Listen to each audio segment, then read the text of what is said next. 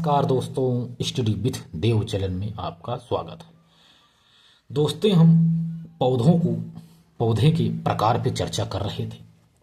पौधे के प्रकार में अब देखते हैं दोस्तों, पत्ती। जड़ और तना को पढ़ लिया है, आइए पत्ती पे चर्चा करते हैं।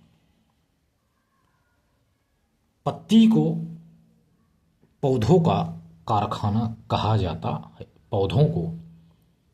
पत्ती को पौधों का कारखाना कहा जाता है। एक पत्ती का चित्र बना लीजिए दोस्त। ये पत्ती है, इसमें बीच बीच में एक छिद्र होता है जिसे रंध्र कहा जाता है।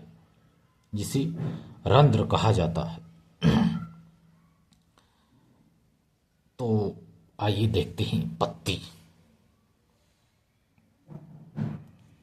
पत्ती को पौधे का कारखाना कहा जाता है। पत्ती को पौधे का कारखाना कहा जाता है क्योंकि पत्तियां क्लोरोफिल और प्रकाश की उपस्थिति में भोजन बनाती हैं। इसी को प्रकाश संश्लेषण कहा जाता है।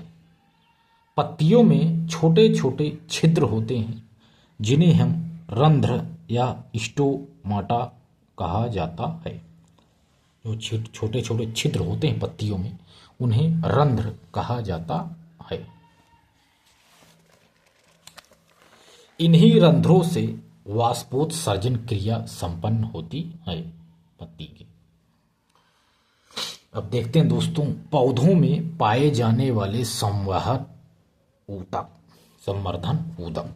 पौधों में पाए जाने वाले संवर्धन ऊतक यह दो प्रकार का होता है, जाइलम और फ्लोएम।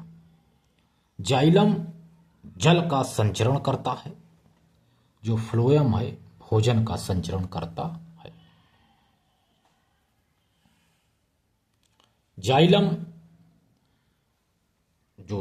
है जल और खनिज लवण को पौधे के एक भाग से दूसरे भाग में पहुंचाता रहता है, जबकि फ्लोएम भोजन को एक भाग से दूसरे भाग में पहुंचाता रहता है। फ्लोएम पौधों की छाल में पाया जाता है।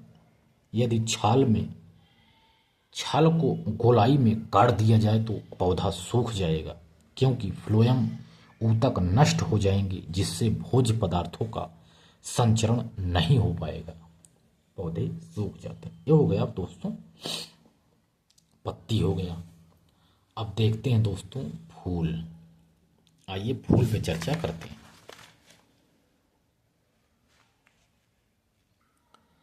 फूल का एक चित्र आप बना लीजिए। ये है फूल दोस्तों, देख रहे हैं कितना सुंदर हमने फूल बनाया है। आप भी बना लीजिए, तभी समझ में आएगा। आप लट्टू की तरह से एक संरचना बनाइए, फिर इसको बनाइए, फिर इसमें छोटी छोटी पत्तियां बनाइए। ये फूल का एक चित्र है दोस्तों। ये जो है इसको कहते हैं पुष्पासन। यह पुष्पासन का हिस्सा, इसे कहते हैं पुष्पासन। ये जो रचना है दोस्तों, जो सबसे निचली सतह है, इसको कहते हैं अंडाशय। यह दोस्तों अंडाशय है। जो बीच वाली है, बीच वाली को कहते हैं यहाँ वर्तिका। ये वर्तिका है दोस्तों, यह है वर्तिका। इसके बाद ऊपरी सतह है, यह है वर्तिकाग्र। यह है वर्तिकाग्र। वर्तिका और अंडाशय, ये तीनों स्त्री भाग होते हैं। ये स्त्री भाग हैं तीनों। इसके बाद है जो बीच में खींची हुई ये निकले रहते हैं छोटे छोटे लंबे लंबे से, इसे कहते हैं परागकण। ये दोस्तों परागकण है दोस्तों, देख रहे हो। इसके बाद ये परागकण है। इसके बाद जो बीच में होता है, इसे कहते हैं पुंकेसर। ये पुंकेसर है दोस्तों, यह नर भाग होता है पुंकेसर। और जो पत्ती है, इसी को कहते हैं दलपुंज। यह दलपुंज है। ये फूल हो गया दोस्तों। फूल का चित्र सुंदर सा बना हुआ है, आप इसको देख लीजिए। अब देखते हैं दोस्तों, इसके बारे में थोड़ा डिस्क्रिप्टिव पढ़ते हैं। देखिए दोस्तों, फूल देख। अब देखते हैं दोस्तों फूल के भाग पे ही चर्चा करते हैं। फूल के भाग की बात की जाए तो इसमें दो भाग होते हैं, एक है नर भाग, दूसरा है स्त्री भाग। स्त्री भाग को जयांग कहा जाता है। नर भाग के अंतर्गत आते हैं जैसे पुंकेसर और परागकण। परागकण की प्रक्रिया से यह परागकण पुंकेसर से वर्तिकाग्र में जाता है। वर्तिकाग्र में जाकर के वर्तिका में प्रवेश करता है। वर्तिका में ही निषेचन की क्रिया होती है। इसके बाद अंडाशय बनता है। ये पुष्प के भाग हैं। पुंकेसर से परागकण का निकलकर वर्तिकाग्र पर पहुंचना ही परागकण कहलाता है। पुंकेसर से परागकण का निकलकर वर्तिकाग्र पर पहुंचना ही परागकण कहलाता है। परागकण दो प्रकार का होता है, स्वपरागण और परपरागण। जो स्वपरागण है दोस्तों, जब किसी पुष्प के परागकण निकलकर उसी पुष्प के वर्तिकाग्र पर पहुंचते हैं तो इसी को स्वपरागण कहते हैं। स्वपरागण सूरजमुखी जैसे द्विलिंगी पौधों में होता है। परपरागण, जब एक पुष्प का परागकण निकलकर किसी दूसरे पुष्प के वर्तिकाग्र पर पहुंचता है तो इसी पर परागकण कहा जाता है। इसी को परागकण कहा जाता है।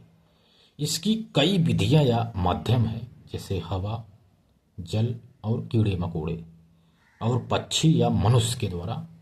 यदि कोई हवा चलती है तो हिलता है पुष्प, तो उसमें नर भाग स्त्री भाग में चला जाता है।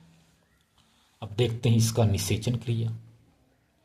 वर्तिकाग्र पर पहुंचा हुआ परागकण वर्तिका के रास्ते होते हुए गहराई तक यानी अंडाशय में प्रवेश कर जाता है। इसी क्रिया को निषेचन कहा जाता है। निषेचन के फलस्वरूप जाइगोट बनता है। जाइगोट से भ्रूण बनता है और अंततः फल और बीज बनते हैं। यह हो गया दोस्तों फूल। इसके बाद आता है दोस्तों फल। फल देख लेते हैं। फल यह पौधे का अंतिम भाग है। फल जब निषेचित अंड से फल बनता है तो इसे सत्य फल कहा जाता है।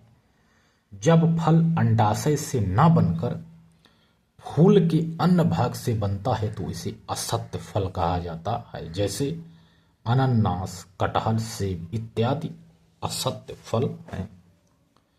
सेब पुष्पासन से बनता है। इसको भी ध्यान देना तो सेब पुष्पासन से बनता है। जब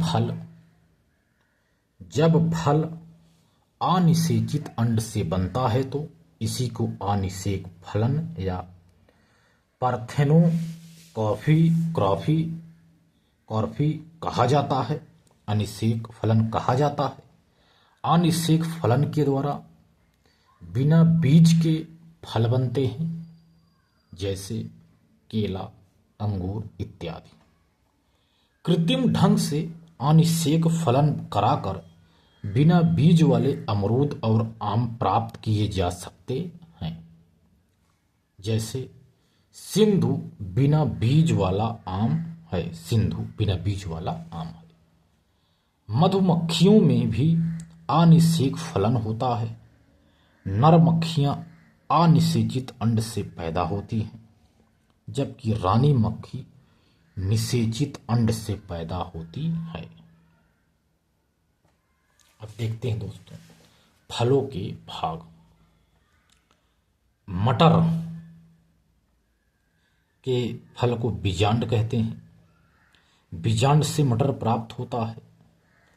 सेब पुष्पासन क्रिया से। गेहूं का भ्रूण है। नारियल भ्रूण पोष को खाया जाता है नारियल में। अमरूद टमाटर के बाह्य फल भित्त बीजांडसन को खाया जाता है, बीजांडसन को खाया जाता है। आम के मध्य फल भित्त खाया जाता है। केला मध्य अंतः भित्त को खाया जाता है, और इत्यादि। ये दोस्तों फल हो गया दोस्तों। तो दोस्तों मिलते हैं और बेहतरीन क्लास में, तब तक के लिए धन्यवाद।